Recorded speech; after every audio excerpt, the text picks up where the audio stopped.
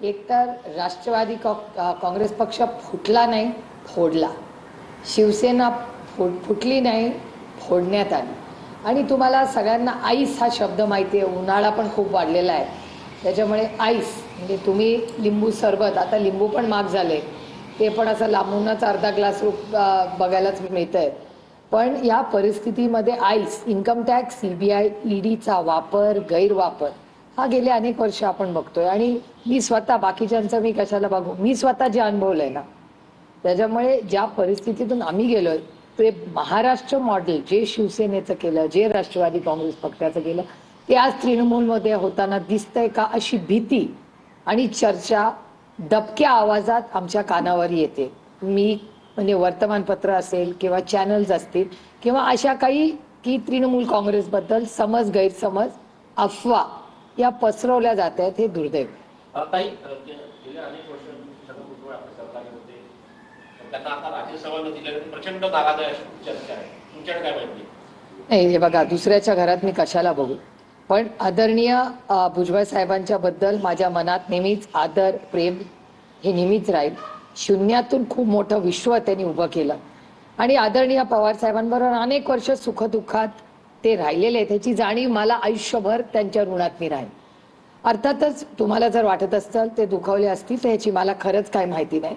पण ज्या आयुष्याच्या टप्प्यावर आदरणीय माननीय भुजबळ साहेब आहेत, त्यांनी जो एवढा मोठा त्याग केलाय, कष्ट केलेत, त्याच्यानंतर त्यांना जर दिल्लीला यायचं असेल तर त्याच्यात गैर काय. जे आम्ही एकत्र असतानाही आदरणीय पवार साहेबांचा फार आग्रह होता की आदरणीय भुजबळ साहेबांचं नेतृत्व हे फक्त महाराष्ट्रपुरतं सीमित न ठेवता देशाला त्यांचं नेतृत्व हे मिळालं पाहिजे. आणि अर्थातच भारताला एक मोठा नेता तो खरं मिळू शकला असता. पार्लमेंटमध्ये त्यांची उत्तम भाषा करायची पद्धत, त्यांची भाषणं, त्यांचे विचार, पण ते अर्थातच दिल्लीमध्ये आले असते तर देशामध्ये एक मोठं नेतृत्व उभं राहिलं असतं. अर्थातच शेवटी त्यांच्या पक्षाचा प्रश्न आहे, त्याच्यामुळे मला काय त्यांच्या घरात काय चाललंय ह्याच्यात बघण्यात कुठलाही रस नाही. पण आदरणीय भुजबळ साहेबांबद्दल प्रेम आणि आस्था असल्यामुळे ते दिल्लीला आले असते तर मनापासून आनंद झाला असता, कारण का त्यांच्या भाषणांमधून आम्हाला काहीतरी नवीन शिकायला मिळालं असतं. एवढाच त्याचा माझा स्वतःचा स्वार्थ की मला त्याच्यातून काहीतरी, त्या पद्धतीने ते अनेक महत्वाचे मुद्दे मांडतात, त्याच्यात शिकायला मिळालं असतं काहीतरी. फक्त मला नाही, नवीन अनेक खासदार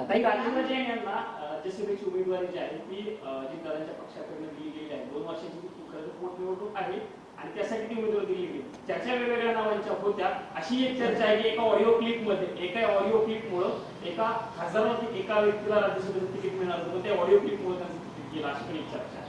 आता ऑडिओ क्लिप वगैरे मला काय माहिती नाही बाबा, कारण तुम्ही काय बोलताय हाच विषय मला माहिती नाही. त्याच्यामुळे कोणाची क्लिप, काय क्लिप, हे काय